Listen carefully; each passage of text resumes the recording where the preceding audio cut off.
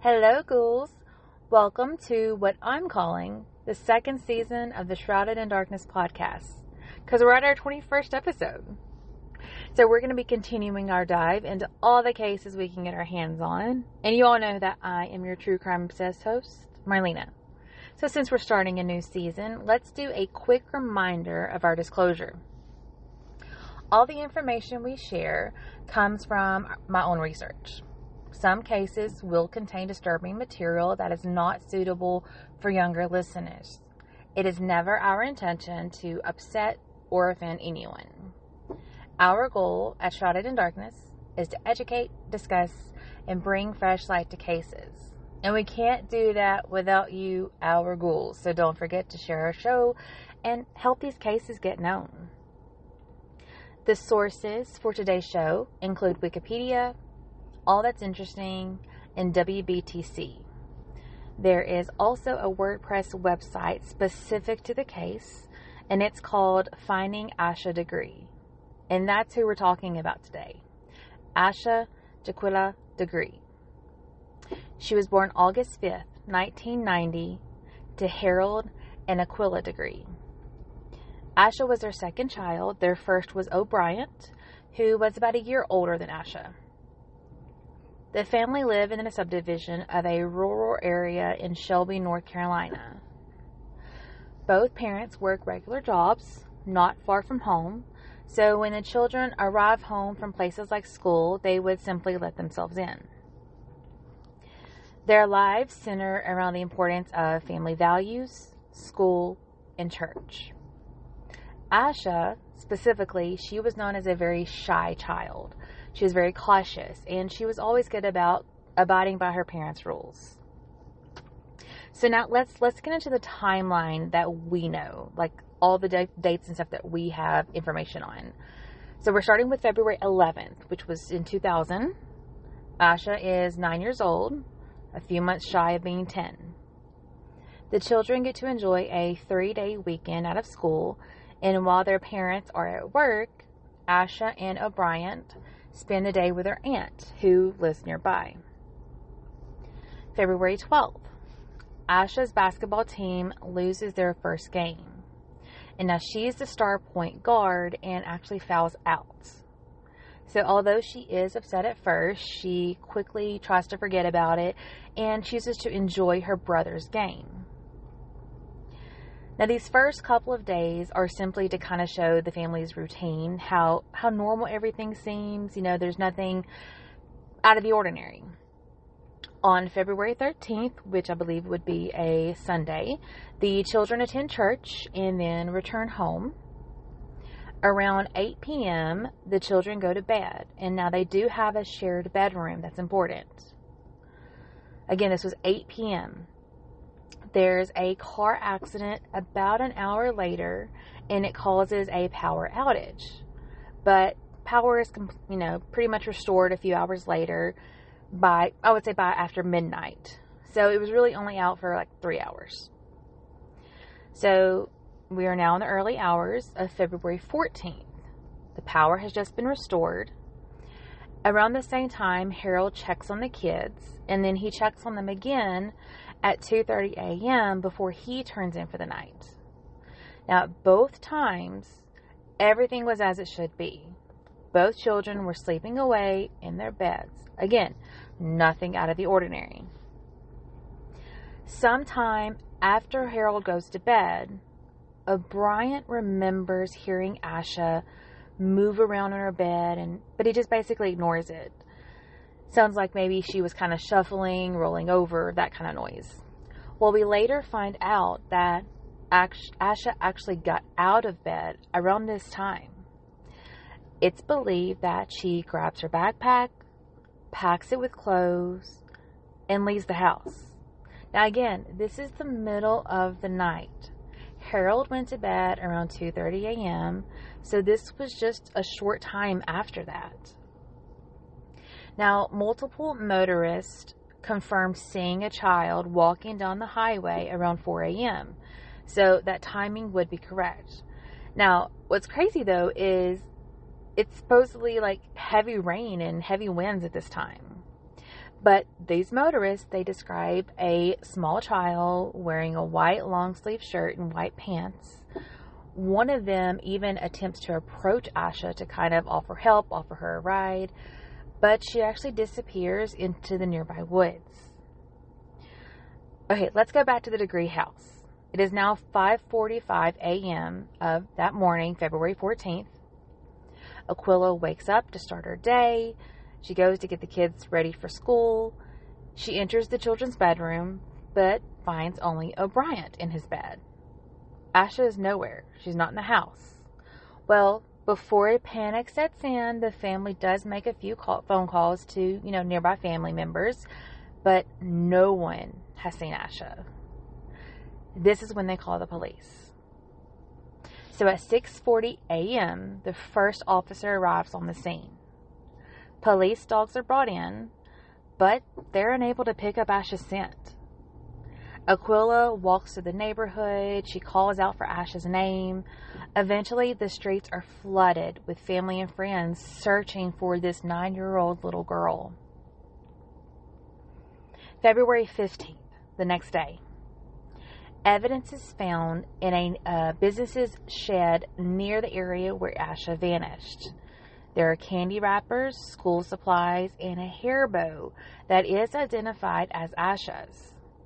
Also in this collection of random items, there's a photograph of an unidentified black girl that looks to be the same age as Asha. Not really sure how this ties in, but it's part of this scene. February 16th. Aquilla notices that some of Asha's favorite clothing is gone, so this is noted. And I think this goes back to how we know for some reason Asha got up and packed a bag, so seeing some of her favorite clothes gone, obviously she packed some clothes. Now, the initial search for Asha covers an area that's about a 2-by-3 mile stretch. Flyers are hung, over 300 leads come in. But there's nothing substantial, nothing really helpful. The week following her disappearance, the police hold a news conference. The case is now on the FBI and local bureaus' radars. Although Asha isn't your typical runaway, there are indications that Asha has been planning this for some time. Only they couldn't figure out the reasoning behind it. As most children that are running away from something. A bad situation, a bad home, a dysfunctional family. But the Degree family seems to live a happy and loving life. The media continues to focus on the story. The Montel Williams Show picks it up, America's Most Wanted, the Oprah Winfrey Show. Asha receives national media attention. We are now in August 2001, so 17 months after Asha left her home. Her backpack is found at a construction site about 30 miles from her home. It's buried and wrapped in a plastic bag, but her name and number is on the bag, so that shows that it's hers. Now, in this stuff, there's also a band t-shirt and a library book from Asha's school, but the family doesn't recognize either item. Now, more on this comes up later, but for now, this isn't helpful. Okay, so now we're going to move through kind of quickly on these next few years. So again, this was back in August 2001. That's when the backpack was found. So we get a tip in 2004 from an inmate. When he's questioned by police, though, it turns out it wasn't helpful at all. So the tip's discarded. Now, all of this time, the Degree family strives to keep their daughter's case in the public mind. They're still hoping for answers for something. 2008, they establish a scholarship in honor of Asha. They also host an annual walk to raise awareness and to fund the search. Again, all of this to keep Asha's case in the light. 2015, the FBI reopens the investigation, offering a reward for information that could help solve the case or lead to an arrest. May 2016, A new lead is turned in. It's possible that Asha got into a dark green vehicle, possibly a 70s Lincoln Thunderbird. September 2017. The Child Abduction Rapid Deployment Team joins the investigation. For 10 days, they provide on-the-ground support. And then after that, they continue to meet regularly to discuss the latest developments of the case, any leads, anything helpful. October 2018. Detectives ask for the public's help regarding the 2 items that were found in the backpack that didn't belong to Asha. That was that t-shirt and the library book. They feel that these items are major clues in her disappearance, which kind of makes sense considering the backpack was hers and all this stuff was buried together. Okay, now we're in November 2020. Another inmate, Marcus Mellon, claims he knows Asha was murdered and tells the police where to find her remains. Now, interestingly enough, when the police go to this area, they do find bones, but the bones belong to an animal, so it seems another empty lead. Now we move on to 2024. Forensic technology has greatly advanced since 2000. I mean, huge differences now. Those unfamiliar items from Asha's backpack are sent to a lab for DNA analysis. They get a hit. 2 hits, actually. The data shows samples from 2 different donors. There's Russell Bradley Underhill and a connection to a blood family member to Roy Lee Dedman and Connie Elliott Dedman. So let's look at these. At the time of Asha's disappearance, Russell Underhill lived in properties that belonged to the Dedmans. So there's a connection between those 2 families. And then looking at that sample that ties to the Dedman family, Roy and Connie have 3 daughters, Annalee, Sarah, and Lizzie. In the year 2000, the girls were 13, 15, and 16 years old. So based on this information we have from the DNA analysis, we can determine that the second donor on those pieces of evidence was one of those Dedman girls, one of the daughters. 2 more tidbits of information come in. First, when police interview Sarah, one of the daughters, they learned that she was driving a 1964 AMC Rambler back in 2000. Now, this vehicle actually closely resembles a 70s Lincoln Thunderbird. And remember, that was the vehicle from one of those tips. A witness said they saw Asha get into something that looked like a Thunderbird. The second tidbit of information. This comes on September 18th, 2024. A man comes forward and says that he was at a party in the mid-2000s and saw one of the Dedman girls sobbing. She was heavily intoxicated and making comments about Asha. Very incriminating comments. She was admitting to the murder. Now, from this tip, investigators are able to obtain phone records.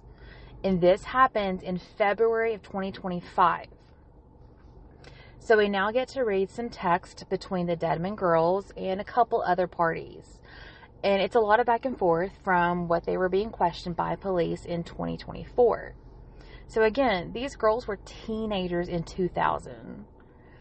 So now they're much older. It's been 24 years, so they're all in their, 30s, 40s. Now, there's nothing in these texts that straight up says, I did it. But it's still pretty incriminating. For example, there's a text from Sarah to Lizzie, 2 of the daughters, and it reads, I don't remember that shirt. I'm scared though. Dad is probably going to be a huge suspect. Then there's another text from Lizzie to Sarah, and this is sent after Lizzie speaks to the family attorney. The theory is I did it. Accident. Covered it up. Again, these are all text messages I got to read on some, court documents. So because of the age of the girls at the time of the incident, I think it was like 13, 15, and 16, police feel that they had to have some help, possibly from their parents. So warrants are obtained, but for the property, but nothing really turns up. And this is where the case is as of today. I am recording this on February 19th, 2026, and this is the latest information I've been able to find. No arrests have been made. Nothing new has been reported in the last few months that I can see. Now, there are a few other things I want to mention. These things could be important to the case. I'm not really sure. So, for one, there were no signs of forced entry the night that Asha went missing. This kind of goes along with the theory that she did, in fact, leave on her accord, packed up her bag and left. We mentioned early on that Asha was a cautious child. Well, she was actually terrified of dogs. And the route it's believed she took that night would have involved encounters with multiple neighborhood dogs, which doesn't really make sense if she was that scared. It kind of makes you wonder if someone was with her, that helped her get past these animals. Okay, my last note. Asha became known as Shelby's sweetheart. This was the community she lived in, and they all shared in that grief and the pain of not knowing what happened to her. My opinion of this case isn't so much an opinion as it is questions. So many questions. I can't wrap my head around this one. So many red flags. So we have a 9-year-old little girl that's paranoid. And we're to believe she packs up a bag and leaves the safety of her home in the middle and darkness of the night. From everything I've seen, everything I've read, the family is a good family. Lots of love. No reason for someone to want to leave that, even especially at such a young age. So why? Why would that be the case? Why would she just up and leave when she's paranoid? And can we look at her school, her friends? Did she talk to anybody? Did anything happen at school? Were there bullying issues? Anything like that? Something outside of the family and home that could have happened that made her feel like she needed to run away. And then the grid search, the 2x3 stretch of land that was checked and searched for her. I feel like it should have been broadened, maybe? I would hope that more land was searched. I know the dogs didn't pick up on her scent around the house, but how far did they go with that? And then I'm curious about this construction site where her backpack and stuff were found, the shed and everything.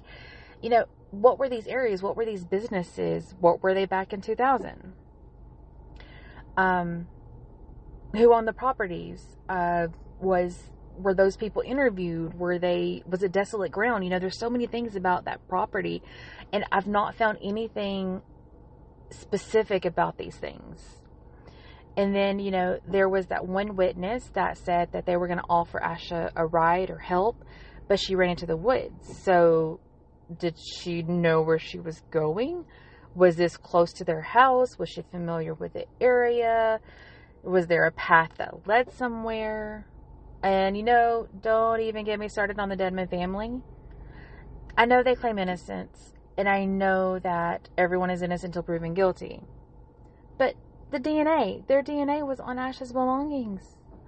And we have text messages that are incriminating. And we have someone admitting to the murder when they were drunk.